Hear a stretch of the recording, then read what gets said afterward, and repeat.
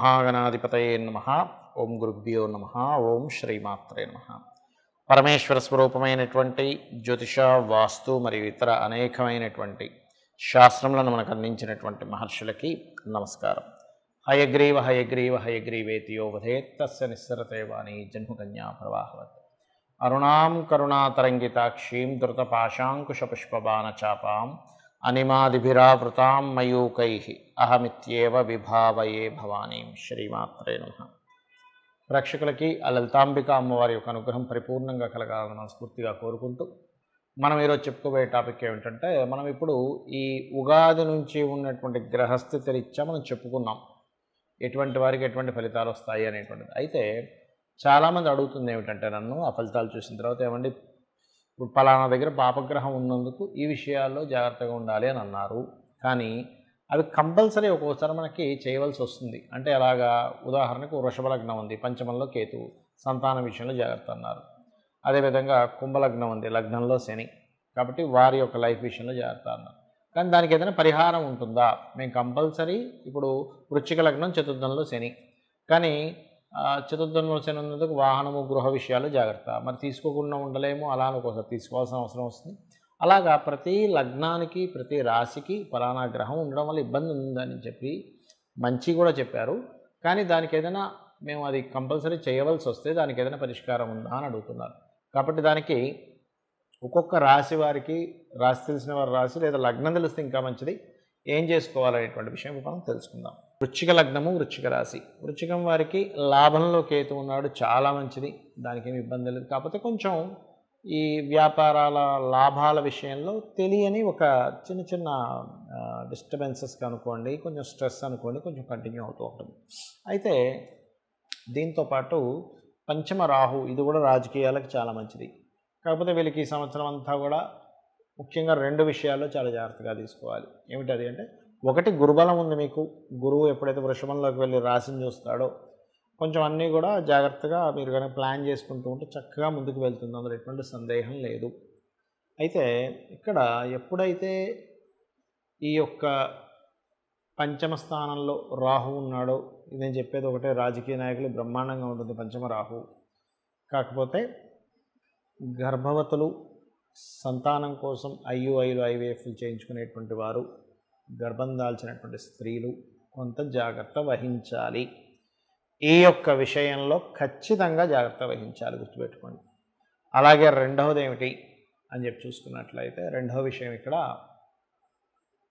ఈ చతుర్థంలో శని యొక్క సంచారం ఏదైతే ఉందో దీని యొక్క ప్రభావం వేటి మీద పడుతుంది, ఏ విషయాల్లో జాగ్రత్త వహించాలి అని చెప్పి చూసుకున్నట్లయితే, ఇది ముఖ్యంగా కన్స్ట్రక్షన్, ఒక నిర్మాణం, లేకపోతే ఏదైనా ఒక ఇంటీరియర్ డిజైనింగ్ చేయించుకోవడం, ఏదైనా ఒక, అంటే ఎందుకంటే శని ఉన్నప్పుడు ఏమవుతుందంటే స్లో అవుతూ ఉంటాయి పనులు. అలాంటప్పుడు బెల్లముతో చేసినటువంటి పదార్థాన్ని మీరు స్వామివారి దగ్గర, అమ్మవారి దగ్గర నైవేద్యంగా పెట్టి, దాన్ని మీ కన్స్ట్రక్షన్లో ఉండేటువంటి ఎవరైతే బెల్లంతో బెల్లం వేసినటువంటి అన్నం, రకరకాలు ఉంటాయి, బెల్లం వేసినటువంటిది ఏదైనా స్వీట్ ఉంటుంది, దాన్ని స్వామివారి దగ్గర అంటే ఈశ్వరుడి దగ్గర, కాలభైరవుడి దగ్గర నైవేద్యంగా పెట్టి దాన్ని మీ ఏదైతే కన్స్ట్రక్షన్ ప్లేస్లో పని చేస్తుంటారో వాళ్ళకి ప్రసాదంగా ఇవ్వండి. అప్పుడు ఏమవుతుందంటే శనికి సంబంధించినటువంటి దోష పరిహారం జరుగుతుంది అక్కడ. మీరు గమనించండి, ఎప్పుడైనా అయ్యప్ప స్వామి ప్రసాదం మీరు చూసే ఉంటారు, డబ్బాల్లో దొరుకుతుంది, తీసే లోపల మొత్తం కొంచెం బెల్లంలాగా ఒక రకంగా ఉంటుంది, అది దాని టేస్ట్ అన్నము బెల్లము కలిపినట్టుగా ఉంటుంది, బెల్లం పదార్థం కూడా అందులో కొంత కలుస్తుంది, అది స్వీట్ ఉంటుంది, అది బెల్లం రాగా రంగు ఉంటుంది. అదేమిటంటే ఆ పదార్థం ఎప్పుడైతే మీరు స్వామివారి దగ్గర నైవేద్యంగా పెట్టి, లేదా అయ్యప్ప స్వామి దగ్గరే నైవేద్యంగా పెట్టి బెల్లం పదార్థము మీకు చేసే వర్క్ ఏదైతే కన్స్ట్రక్షన్ చేస్తుంటారో, ఇంటీరియర్స్ చేసుకుని ఉంటారో, ఇంటికి సంబంధించిన ఏదైతే వర్క్ ఉంటుందో ఆ యొక్క విషయంలో ఇది చేసినట్లయితే మీకు ఆ విషయాలు ఆకుండా ఉంటాయి.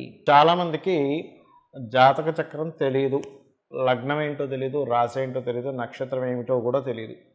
మరి అలాంటి వారు ఈ ఉగాది నుంచి మా జీవితం చాలా బాగుండాలంటే ఏం చేయాలి? ఒకటే గుర్తుపెట్టుకోండి, ఈ విశ్వాన్ని మొత్తం నడిపిస్తున్నటువంటిది ఎవరు అంటే ఆ పరమాత్మ. ప్రతి దాంట్లోని ఉన్నటువంటి అంటే కనబడే ప్రతి పదార్థము పరమాత్మే, అందులో ఉన్నటువంటి శక్తి అమ్మవారు అని చెప్పి మనకు శాస్త్రాలు చెప్తున్నాయి. కాబట్టి జాతకం ఎలా ఉన్నా కానీ ఒకటే గుర్తుపెట్టుకోండి, మీరు ప్రతి దాంట్లోని ఆ యొక్క భగవంతుణ్ణి దర్శించుకుంటూ లోపల ఉన్నటువంటి శక్తి, అది నడవడానికి గల శక్తి అమ్మవారిని మీరు ఎప్పుడైతే భావిస్తారో కంప్లీట్గా, మీకు జరిగేటువంటి లైఫ్లో జరిగేటువంటి ఏవైతే అప్ అండ్ డౌన్స్ ఉంటాయో ఆ అప్ అండ్ డౌన్స్లో కూడా పరమాత్మని చూస్తారు. అర్థమైందండి? నాకు ఇవేమీ తెలియవు, శరణాగతి అంటారు దాన్ని. అయితే ఇక్కడ చాలామంది ఏమిటంటే గోచార ఫలితాలు చూసి ఏమండి ఇక్కడ ఇలా ఉంది కదా, అమ్మో ఇది ఏదో అవుతుందేమో అని అనుకుని ఉంటారు. కానీ నేను ఒకటే చెప్తాను, మీరు ఒకటే గుర్తుపెట్టుకోండి, ఈ గోచార ఫలితాల కంటే మీ జన్మ జాతక ఫలితాలు ఈజ్ మోస్ట్ ఇంపార్టెంట్. అంటే మీరు ఏదైతే కర్మ పూర్వజన్మల్లో చేశారో ఆ కర్మ ఆధారంగా గ్రహాలు అక్కడికి వచ్చి స్థితి పొందుతాయి. దానివల్ల మీరు మంచిని పొందుతుంటారు, కాస్త ఇబ్బందికరమైనటువంటి వాతావరణం కూడా ఉంటుంది. అయితే ఈ లైఫ్ సైకిల్ అనేటువంటిది ఏదైతే ఉందో మనకి ఇబ్బంది అనిపించవచ్చు, కానీ ఇంకొకరికి అది మంచి చేస్తూ ఉంటుంది.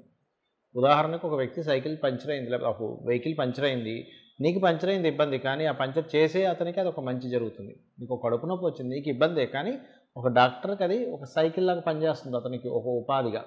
కాబట్టి ఏమిటి, ఎంతసేపు నీ వల్ల ఇంకొకరికి కూడా ఉపయోగపడుతుంది కదా, నీకు కొంచెం ఇబ్బంది కలగవచ్చు కానీ ఇంకోటి ఉపయోగపడుతుంది కదా అనేటువంటి ధోరణితో ఉంటే మనకు ఉన్నటువంటి ఇబ్బందులు తగ్గుతాయి. ఒకటి అంటే తగ్గడం అంటే ఇన్ సెన్స్ అర్థం చేసుకుంటాం దాన్ని.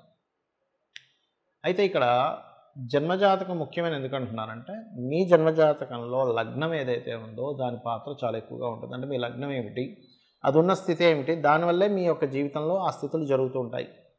కాబట్టి లగ్నాధిపతి బలంగా ఉన్నాడా బలహీనంగా ఉన్నాడు, బలంగా ఉంటే పర్లేదు, బలహీనంగా ఉంటే ఎలా బలంపరచుకోవాలని మన జన్మజాతకంలో ఉంటుంది. దీంతోపాటు అతి ముఖ్యంగా ద్వితీయాధిపతి అంటే ధనాధిపతి ఎలా ఉన్నాడు మన పర్సనల్ చార్ట్లో. ధనాధిపతి బాగున్నాడు, డోంట్ వరీ. ఇబ్బంది పడుతున్నాడు, ఏ గ్రహాల ద్వారా కనెక్ట్ అయింది, ఇబ్బంది ఎలా దాన్ని తొలగించుకోవాలి.